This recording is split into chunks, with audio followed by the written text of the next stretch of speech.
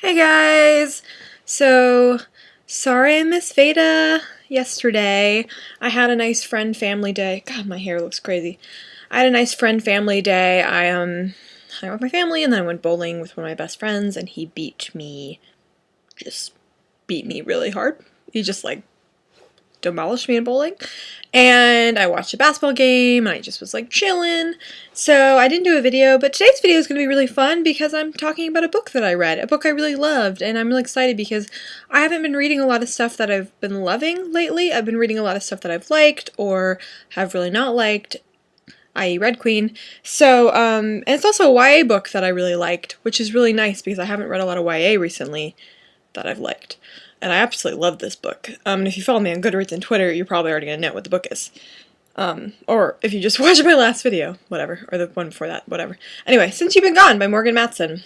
This book was amazing. I loved it. I just finished it this morning, Easter Sunday, and I absolutely love this book. If you don't know what this book is about, it's about a girl named Emily and her best friend Salone. Her best friend Salone leaves for the summer mysteriously and leaves Emily a list of things to do, accomplish, and they're things that scare Emily, and it explores friendship, it explores romance, it explores personal growth and personal strength, and it's just an absolutely wonderful book. It's a quick read, it's a meaty read though.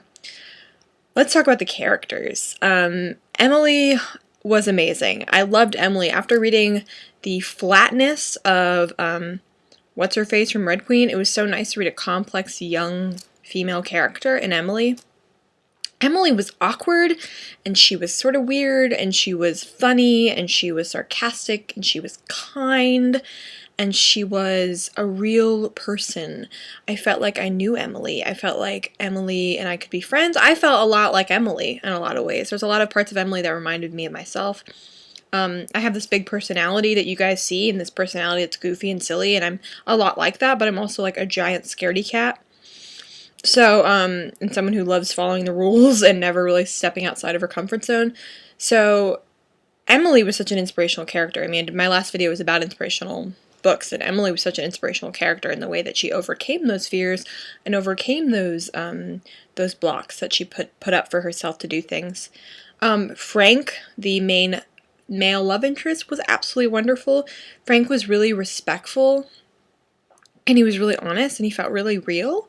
And I really liked that about Frank. I liked how normal he was, I guess. I mean, he had problems. All the characters had their own problems, but Frank was such a sturdy character, and I feel like in YA, a lot of the main male characters are normally so sort of ridiculous, and and I know a lot of boys who are ridiculous, but I also know a lot of boys who are sturdy, strong guys who are in their masculinity is about being a responsible person and being a respectful person, which is what I know it's not how society imagines masculinity. That's how I imagine masculinity, as someone who is respectful and who is responsible and someone who treats people right. So I loved Frank. I loved Collins, who was just sort of this goofy character who didn't seem like there was much to him. But as the book went on, you saw that there were a lot of other aspects about him and insecurities. Dawn was a really interesting character, and she was a really nice addition to the foursome of their friendship. The parents were all very interesting, and I'm saying interesting a lot, but they were very complex. Emily's parents, who sort of disappeared to write a play all summer, but are still there, that felt very real to me. And it was really well done, the parent relationships. Beckett, Emily's little brother, who was full of energy, felt like a real 10-year-old. He didn't feel like he was overly precocious. He didn't feel like he was like too smart. A lot of times I think I read younger characters in YA or in just fiction in general, and they don't feel like real kids, and he really felt like a real 10-year-old boy. It was just a really great book. It was a wonderful character study. It was really fun, and it was really heartfelt. When Frank and Emily get together at the end, it felt real. It felt like it was everything wasn't worked out. That's what I really liked about this book, was that there was a hopeful ending. There was an ending that everything was going to be okay, but there was also a lot of things left untouched. I really don't like endings that wrap up too perfectly. I like a hopeful ending, but not when it wraps up so perfectly. And the ending really left a lot to be resolved.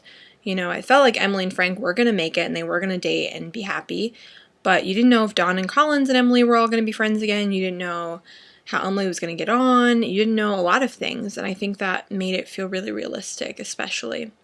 Overall, this book was just lovely and wonderful, and the writing was beautiful, and I have the Amy Rogers' Epic Detour by Morgan Matson, which I had forever, and I'm now going to read it because I just really loved Morgan Matson's writing style, and I really loved her characters.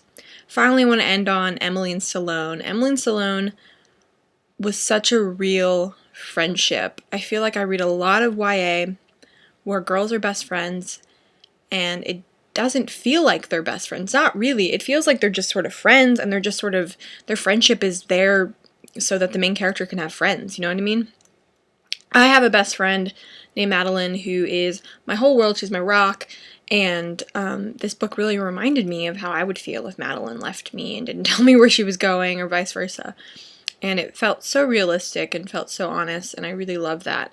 I loved how emotional they were for each other and how much they loved each other, and that they did fight and that they did have problems with each other at times, but at heart, they just really cared for each other and loved each other. And that was the real love story in this book, was the love story between Emily and Salone. And I think that's what moved me the most. Anyway, I hope you enjoyed this review. Have a wonderful Easter, or have a wonderful Sunday. All right, bye!